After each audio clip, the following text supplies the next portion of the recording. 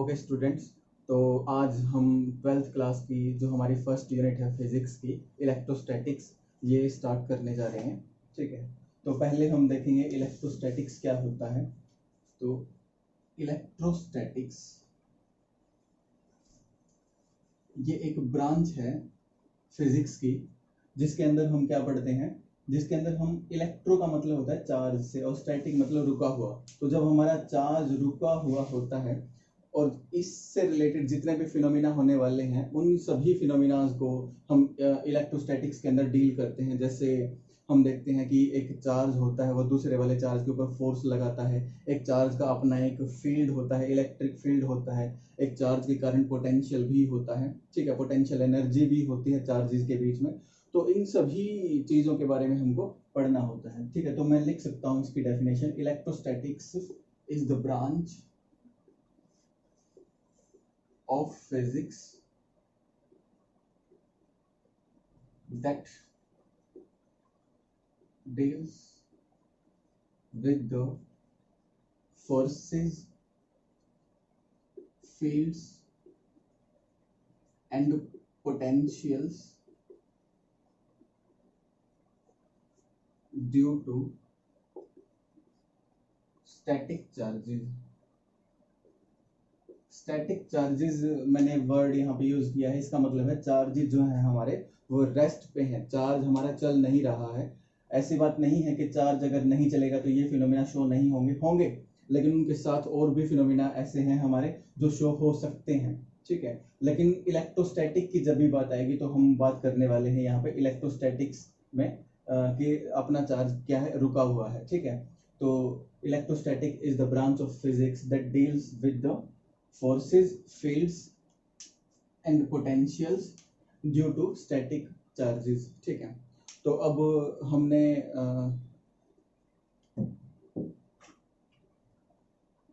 एक सेकंड रोक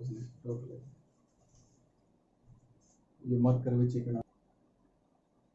तो हमने कुछ इलेक्ट्रोस्टैटिक्स से ही रिलेटेड कुछ फिनोमिनाज नेचर में देखे हुए हैं। जैसे आपने नोटिस किया होगा बहुत बार कि जैसे सर्दियों में हम कंबल ओढ़ के सोते हैं, तो कंबल के अगर ऊपर ऐसे हाथ फेरा जाए तो कुछ चमक या एक आवाज़ भी आती है। ठीक है ना, एक चमक भी हमको दिखाई देती है, इलेक्ट्रिसिटी के जैसा कुछ दिखाई देता है कि यहाँ पे कुछ चमक आई है। या फिर आप जैसे आपने शर्ट डाल रखी है और स्वेटर डाल रखी है और जब स्वेटर को आप निकालते हो तब भी एक आवाज़ हमको सुनाई देती है, कुछ ऐसा लगता है कि जैसे इलेक्ट्रिसिटी के जैसे, कुछ स्पार्क के जैसे हमको दिखाई देता है। तो ये सब इलेक्ट्रोस्टैटिक्स ही है आपकी। वहाँ पे चार्ज का ट्रांसफर हो रहा होता है एक जगह से दूसरी जगह पे। ठीक है, और इसको हम स्टैटिक इलेक्ट्रिसिटी बोलते हैं। ठीक है, स्टैटिक इलेक्ट्रिसिटी।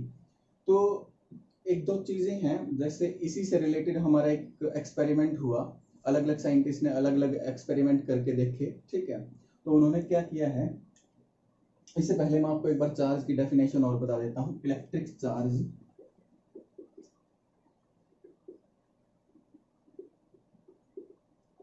देखो अब ऊपर हम पढ़ चुके हैं कि इलेक्ट्रोस्टैटिक में क्या होगा, फोर्सेस लगेंगे, फील्ड जनरेट होगा, पोटेंशियल भी जनरेट होगा स्टैटिक चार्जेस की वजह से। ये चार्ज क्या चीज़ है, तो चार्ज क्या होगा आपका कि ये एक मटेरियल की प्रॉपर्टी है आपकी। ठीक है, ये कोई ऐसी चीज़ नहीं है जिसको हमने हाथ में ले लिया और टच कर लिया ऐसे, ये एक प्रॉपर्टी होती है। जैसे मान लेते हैं कोई बच्चा बहुत इंटेलिजेंट है तो इंटेलिजेंसी उसकी एक प्रॉपर्टी है, तो ऐसे ही ना जो हमारा इलेक्ट्रिक चार्ज होता है वो भी एक मटेरियल की प्रॉपर्टी ही होती है, जिसके कारण क्या हो सकता है, ऐसे ही किसी दूसरे चार्ज के ऊपर ये क्या लगा देगा, इसकी वजह से फोर्स लगना स्टार्ट हो जाएगा। ठीक है, तो एक चार्ज दूसरे चार्ज के ऊपर क्या लगा रहा है, फोर्स लगा रहा है। ठीक है, तो चार्ज वो प्रॉपर्टी है एक मटेरियल की जिसकी वजह से एक चार्ज अपने दूसरे ही जैसे चार्ज के ऊपर एक फोर्स ऑफ अट्रैक्शन या फोर्स ऑफ रिपल्शन लगा सकता है। नॉर्मली हम ऐसा बोलते हैं, लेकिन आप आगे जाके देखोगे कि आपने ये नोटिस भी किया होगा कि एक स्केल आपने जब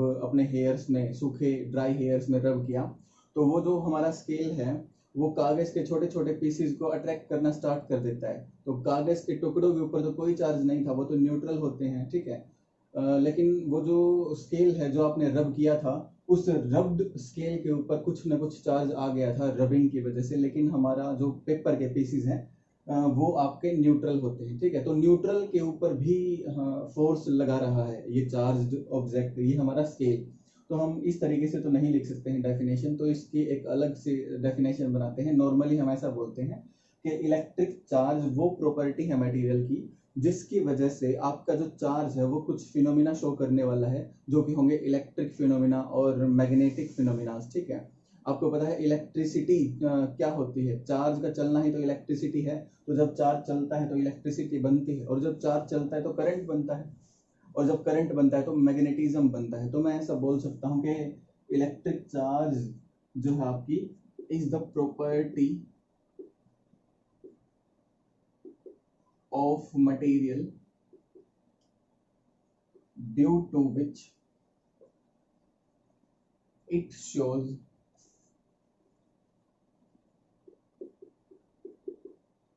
electrical and magnetic phenomena।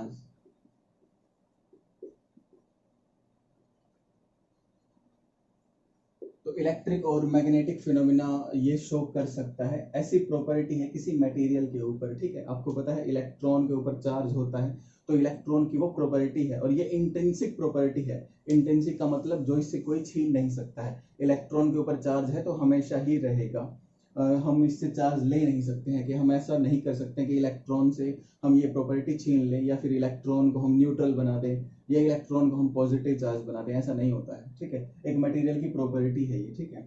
तो कुछ एक्सपेरिमेंट हमने देखे हैं जिनके बेस पे हम चार्जेस के बारे में और कुछ जान पाए हैं, कि चार्ज एक ही तरीके का होता है या तीन तरीके का, दो तरीके का, कितने इसके टाइप्स होते हैं, क्या क्या इनकी प्रॉपर्टीज होती हैं, तो ये देखना है अब हमको।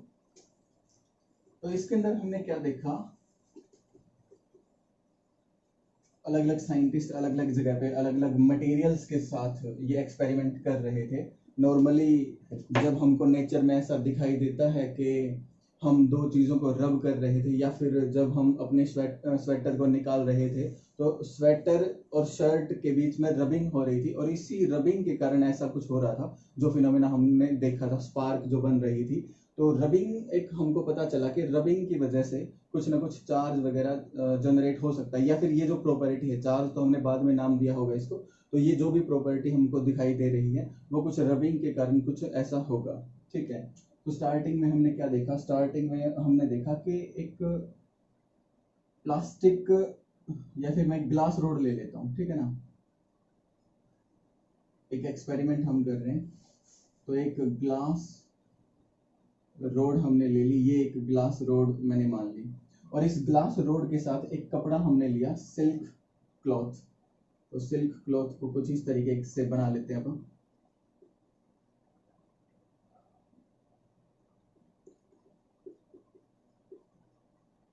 तो एक सिल्क का कपड़ा है और एक ग्लास रोड है, इन दोनों को हमने आपस में रब कर लिया, ठीक है। और रब करने के बाद क्या क्या चीजें हमने देखी हैं, ये चीज हमको नोट करनी है यहाँ पे, ठीक है। तो हमने देखा कि जब ग्लास रोड को सिल्क के कपड़े के साथ रब किया गया, ठीक है, तो ये ग्लास रोड, ये जो हमारी ग्लास रोड है, और जब ये सिल्क का कपड़ा इसके आसपास रखा गया, तो इन दोनों के बीच में अट्रैक्शन स्टार्ट हो गई। ये दोनों एक दूसरे को क्या करना स्टार्ट कर गए हैं, अट्रैक्ट करना स्टार्ट कर गए हैं, ठीक है। इसी तरीके से हमने एक और ग्लास रोड ले ली, और एक और सिल्क का कपड़ा ले लिया, उस ग्लास रोड को उस सिल्क के कपड़े के साथ फिर से हमने रब कर दिया, और फिर ऐसे करके हमारे पास बहुत सारी ग्लास रोड हमने ले ली, और बहुत सारी सिल्क क्लॉथ हमारे पास आ गए हैं, जिनको हमने रब करके, आपस में रब करके रख लिया है, ठीक है। तो जब मैं ग्लास रोड के ही साथ रखता हूँ, ठीक है, आसपास ही रखी है मैंने इनको टच नहीं करवाया है, मैंने इन दोनों को नजदीक लेके आया हूँ मैं, ठीक है। यहाँ पे भी इन दोनों को नजदीक हम लेके आए हैं, ठीक है। तो ग्लास रोड को जब ग्लास रोड के साथ ही लेके आया जाता है, तो हमने देखा इन दोनों के बीच में रिपल्शन स्टार्ट हो गई है। रिपल्शन यहाँ पे हमको दिखाई देती है। और जब मैं सिल्क क्लॉथ के साथ ये सिल्क क्लॉथ लेके आता हूँ, तो भी मुझे यहाँ पे रिपल्शन का फिनोमिना शो होता है, ठीक है। तो ये तो था एक एक्सपेरिमेंट में हमने एक ग्लास रोड और सिल्क क्लॉथ लिया था, जिसके अंदर हमको क्या दिखाई दिया कि रबिंग करने के बाद हमको दो फिनोमिना शो होते हैं, या तो अट्रैक्शन होती है या फिर क्या होती है, रिपल्शन होती है। ठीक है ना। दो टाइप के मटेरियल यहाँ पे थे, एक ग्लास रोड था और एक सिल्क क्लॉथ था। तो इसी तरीके से हम और भी पेयर ऐसे बना सकते हैं, या और भी पेयर ऐसे हमने देखे हैं जिनको रब करने से ऐसे ही सिचुएशन हमारे पास बन रही थी। ठीक है। तो जैसे एक और केस अगर मैं लेता हूँ, तो ये फर्स्ट एक्सपेरिमेंट लिख देते हैं आप। एक और एक्सपेरिमेंट में हमने देखा कि यहाँ पे हमने ले लिया एक प्लास्टिक रोड,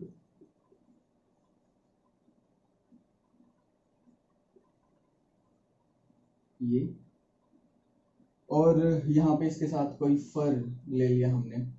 फर को मैं ऐसे शो कर लेता हूँ।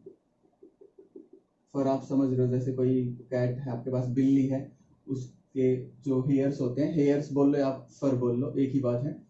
तो हेयर्स हमने ले लिए। जब मैं इस प्लास्टिक रोड को हेयर्स के साथ यहाँ पे या फर के साथ रब करता हूँ, तो भी मुझे कुछ ऐसा ही फिनोमिना शो होता है। जब प्लास्टिक रोड को प्लास्टिक रोड के साथ रखा जाता है तो मुझे अट्रैक्शन का फिनोमिना शो होता है, और जब मैं फर को फर के साथ रखता हूँ, जब प्लास्टिक को प्लास्टिक के साथ रखते हैं तो रिपल्शन होता है, और जब फर को फर के साथ रखते हैं तो रिपल्शन का फिनोमिना हमको शो हुआ। और जब इन दोनों को, प्लास्टिक रोड को फर के साथ आसपास नजदीक रखा था, तो मुझे अट्रैक्शन का फिनोमिना शो हो रहा था। ठीक है। तो यहाँ पे क्या हो रहा है, यहाँ पे हमको पता चल रहा है कि दो टाइप के मटेरियल हैं, एक ये वाला जो ग्लास रोड है और एक है सिल्क वाला। तो ग्लास और ग्लास, ये भी ग्लास है, ये भी ग्लास ही है। ठीक है। और यहाँ पे सिल्क, ये भी सिल्क ही है आपका। ठीक है। तो यहाँ पे जो भी हुआ होगा, जैसे कि अभी तो हमको पता है कि चार्ज डेवलप हुआ होगा दोनों के ऊपर, लेकिन पहले जब पता ही नहीं था क्या हो रहा है, तो हम ऐसा सोच रहे थे कि कुछ ये जो प्रॉपर्टी आई है, ये पक्का दो टाइप की मिलने वाली है। एक तो ऐसी है जो ग्लास रोड के ऊपर आई है वो प्रॉपर्टी, और एक कौन सी है जो सिल्क क्लॉथ के ऊपर आई है। तो यहाँ से हमको पता चला कि यहाँ पे पक्का दो टाइप की एंटिटीज हमको मिलने वाली हैं, या फिर इनको हमने चार्ज का नाम दे दिया है। दो टाइप के चार्जेस हमको मिलने वाले हैं, एक ये वाला जो ग्लास रोड के ऊपर आने वाला है, और एक वो वाला चार्ज जो सिल्क क्लॉथ के ऊपर आया है। ठीक है। तो इन सब एक्सपेरिमेंट को देख के हमने जो कंक्लूजन निकाले हैं वो हम देखना चाहते हैं, क्या क्या कंक्लूजन हमने निकाले हैं इन एक्सपेरिमेंट्स को पढ़ के। तो फर्स्ट तो मैं आपको बता ही चुका हूँ कि इन एक्सपेरिमेंट को पढ़ के हमने क्या देख लिया कि पक्का यहाँ पे दो टाइप की एंटिटीज या फिर दो टाइप के चार्जेस मिलने वाले हैं।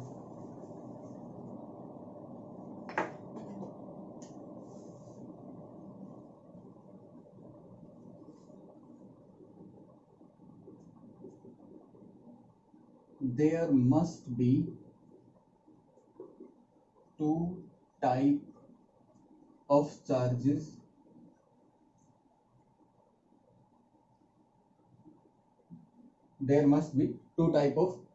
यहाँ पे दो टाइप के हमको चार्ज मिलने वाले हैं। कौन कौन से? मैंने फर्स्ट एक्सपेरिमेंट में आपको बताया था कि प्लास्टिक या ग्लास रोड के साथ हमने ये लिया था सिल्क क्लॉथ। ठीक है। तो ग्लास रोड के ऊपर आया होगा एक टाइप का चार्ज, तो और एक टाइप का चार्ज किसके ऊपर आया? सिल्क क्लॉथ के ऊपर आया है। तो दो टाइप की एंटिटीज आपको यहाँ पे मिलने वाली हैं। सेकंड में हमने क्या देखा कि वो property, the property which differentiate these two type of charges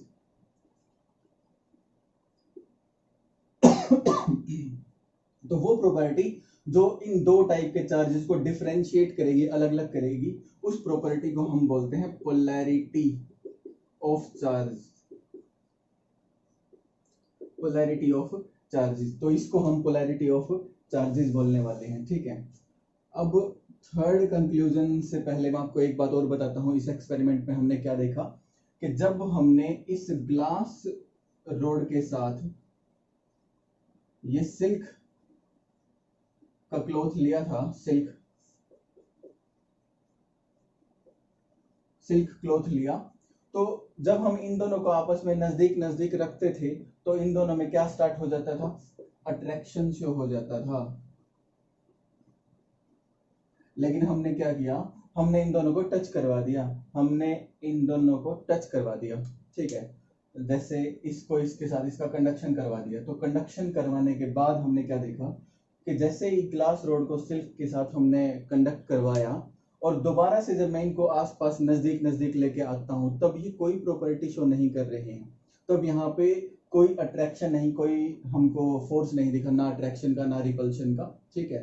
तो हमको ये भी पता चलता है कि ये दो टाइप की जो एंटिटीज हैं जब ये दोनों आपस में मिल जाती हैं तो इनका जो इफेक्ट है वो न्यूट्रलाइज हो जाता है, ठीक है ना।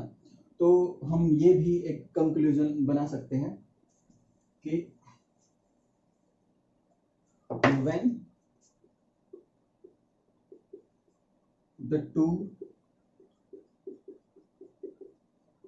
electrified objects are kept in contact,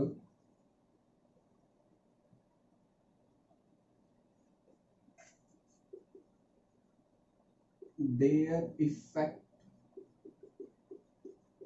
is neutralized, उनका इफेक्ट न्यूट्रलाइज हो जाता है, हमको कुछ भी नहीं मिलता है, ना अट्रैक्शन शो होती है ना ही कोई रिपल्शन शो होती है, ठीक है।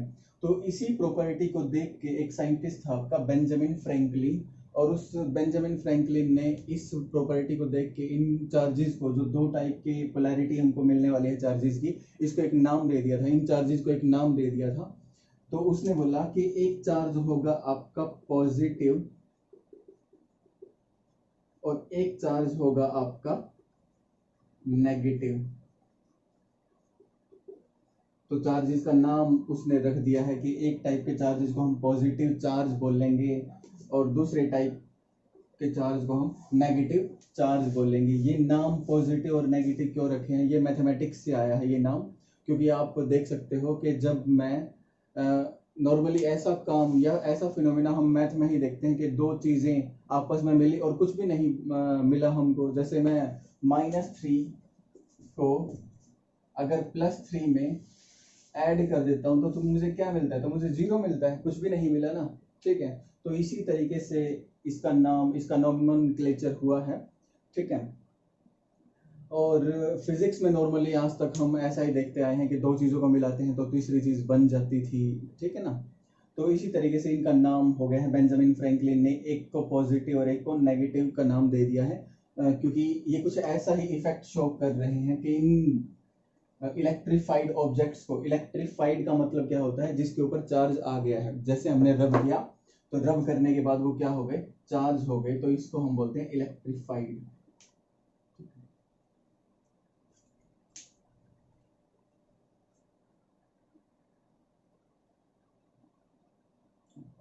ओके, तो अब क्वेश्चन ये था हमारे पास कि जब हम दो चीज़ों को आपस में रब कर रहे थे तो कौन से ऑब्जेक्ट के ऊपर पॉजिटिव चार्ज आएगा और कौन से ऑब्जेक्ट के ऊपर नेगेटिव चार्ज आएगा, ये भी एक क्वेश्चन था।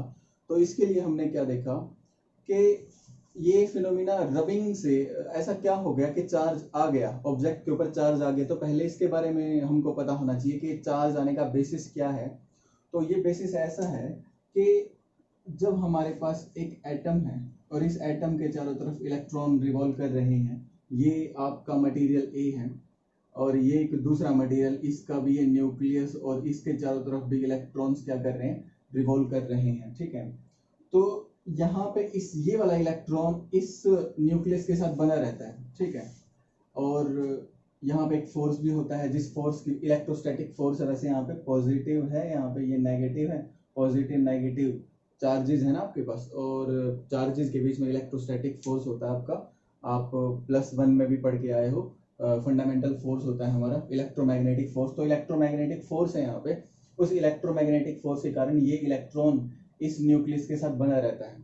तो हमको देखना ये होता है कि कौन से मटेरियल के इलेक्ट्रॉन लूजली बाउंडेड हैं न्यूक्लियस के साथ और कौन से वाले के स्ट्रांगली बाउंडेड हैं, ठीक है। तो जब मैं दो मटेरियल को आपस में रब करता हूं, जैसे मान लेते हैं ये मेरा ग्लास रोड है और ये मेरा सिल्क का कपड़ा है, सिल्क क्लॉथ है। तो जब हम इनको आपस में रब करते हैं इस तरीके से, तो एक मटेरियल के इलेक्ट्रॉन टूट के दूसरे वाले मटेरियल पे चले जाते हैं। अब टूटेंगे किसके? जिसके इलेक्ट्रॉन्स लूजली बाउंडेड होंगे, ठीक है। तो मैं मान लेता हूँ मटेरियल बी का जो फोर्स इन दोनों के बीच में है वो थोड़ा सा लो है न्यूक्लियस में और इलेक्ट्रॉन में, और यहाँ पे फोर्स मैंने क्या देख लिया ज़्यादा है, ऐसा मान लिया हमने कि फोर्स यहाँ ज़्यादा है। तो आप देखोगे कि बी मटेरियल से इलेक्ट्रॉन टूट के कौन से पे आ जाएगा? ए मटेरियल के ऊपर आ जाएगा। इलेक्ट्रॉन ऐसे रब करने से इसके कुछ इलेक्ट्रॉन यहाँ पे आ गए हैं। तो जब यहाँ से इलेक्ट्रॉन आएंगे, ये तो एटम है हमारा और एटम तो न्यूट्रल होता है, तो जब इससे इलेक्ट्रॉन निकल जाएंगे तो इसके ऊपर कौन सा चार्ज आ जाने वाला है? पॉजिटिव चार्ज, ठीक है। और जब ये इलेक्ट्रॉन इसके ऊपर आ जाएंगे तो इसके ऊपर कौन सा चार्ज आ जाने वाला है? नेगेटिव चार्ज, ठीक है। तो ये इसका बेसिस था कि रबिंग की वजह से क्यों इलेक्ट्रॉन्स या फिर चार्जेस आपके एक मटेरियल पे या दूसरे मटेरियल पे दोनों पे चार्ज आ जाता है, वो चार्ज क्यों हो जाते हैं, ठीक है। तो अब कुछ मटेरियल्स हैं, कुछ स्पेसिफिक मटेरियल हैं जिनको हमको बार बार जरूरत पड़ती है, जिनकी उनके ऊपर हमने पहले ही देखो, ये फिनोमिना देखना इतना आसान नहीं है कि मैंने ग्लास को सिल्क के साथ रब किया तो कौन से के ऊपर कौन सा चार्ज है, ऐसे थोड़ी पता चलेगा कि इलेक्ट्रॉन यहाँ से यहाँ इस पे गया या इससे गया। तो दिखता तो है नहीं हमको ये फिनोमिना इतना आसानी से। तो इसके लिए हमने एक सीरीज बनाई हुई है, इलेक्ट्रोस्टैटिक सीरीज। उस इलेक्ट्रोस्टैटिक सीरीज को देख के हम ये बता सकते हैं कि कौन से मटेरियल पे कौन सा चार्ज आया होगा, ठीक है। तो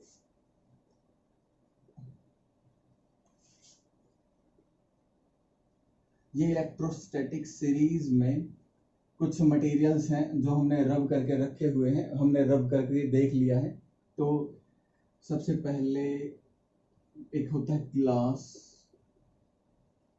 वूल, फर, या फर की बजाय आप हेयर भी लिख सकते हो, नाइलॉन, और होता है सिल्क,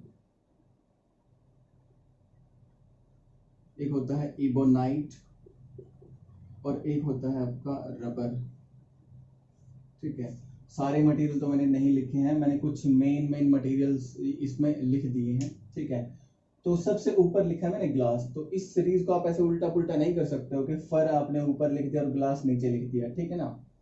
अब ये इलेक्ट्रोस्टैटिक सीरीज क्या बताती है? आपको बताती है कि हम जब ऊपर से नीचे की तरफ जाते हैं, ठीक है, जैसे मान लेते हैं मैंने इस मटेरियल को, मटेरियल नंबर 1 को मटेरियल नंबर 2 के साथ क्या कर दिया? रब कर दिया।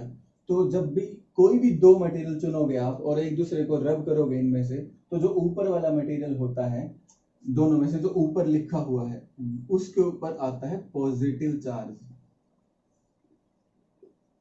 और जो नीचे वाला मटेरियल है इस पूरी सीरीज में, उसके ऊपर आता है नेगेटिव चार्ज, ठीक है। तो अब आप देख सकते हो कि कौन से मटेरियल के ऊपर कौन सा चार्ज आने वाला है। जैसे अगर हम देखेंगे कि ग्लास के साथ मैं किसी को भी रब कर लेता हूँ, तो ग्लास तो सबसे ऊपर है, तो ग्लास के ऊपर तो वैसे ही पॉजिटिव आना है, और जो दूसरा बचा वो इससे नीचे है, तो नीचे वाले पे नेगेटिव चार्ज आ जाएगा। इसी तरीके से मान लेते हैं मैं नायलॉन को और इबोनाइट के साथ रब कर देता हूँ। इबोनाइट आपका कुछ प्लास्टिक के जैसा ही मटेरियल होता है, ठीक है।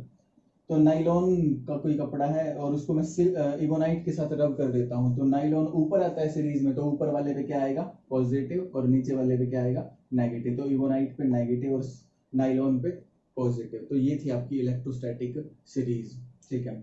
इसके बाद हमको देखना है कि हमको पता कैसे चलेगा कि किसी मटेरियल के ऊपर चार्ज आ गया या नहीं आ गया। तो इसके लिए हमारे पास एक डिवाइस होता है जिसको हम बोलते हैं गोल्ड लीफ इलेक्ट्रोस्कोप। तो ये क्या है? ये एक डिवाइस है जो क्या बताता है? जो detect the presence of charge, ठीक है, एंड पोलैरिटी ऑफ चार्ज। ये चार्ज की पोलैरिटी भी बता सकता है ये आपका इलेक्ट्रोस्कोप, कि किसी बॉडी के ऊपर चार्ज है या नहीं है। अगर है तो कौन सा है? वो पॉजिटिव है या नेगेटिव है? तो पोलैरिटी ऑफ चार्ज।